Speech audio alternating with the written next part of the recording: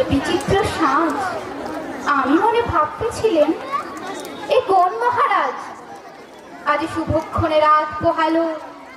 ভেবেছিলাম তবে আজ আমার দাঁড়ে দাঁড়ে ফিরতে নাহি হবে, বাহির হতে নাহি হতে কাহার দেখা পেলেন পথে।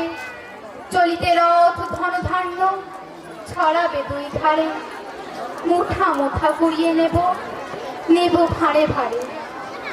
দেখি সহসা রথ থেমে গেল আমার কাছে এসে, আমার মুখ পানে চেয়ে নামলে তুমি হেসে।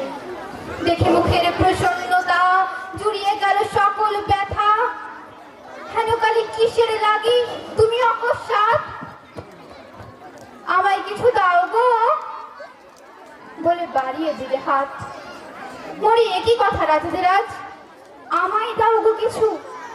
শুনে ক্ষণক কালের তরে রইল মাথা নিচু। তোমার কি বা অভাব আছে ভিখারি ভিক্ষুকের কাছে? এ কেবল কৌতুকের বসে আমায় প্রপঞ্চনা। ছুরি হাতে দিলেন তুলে একটি ছোট পানা।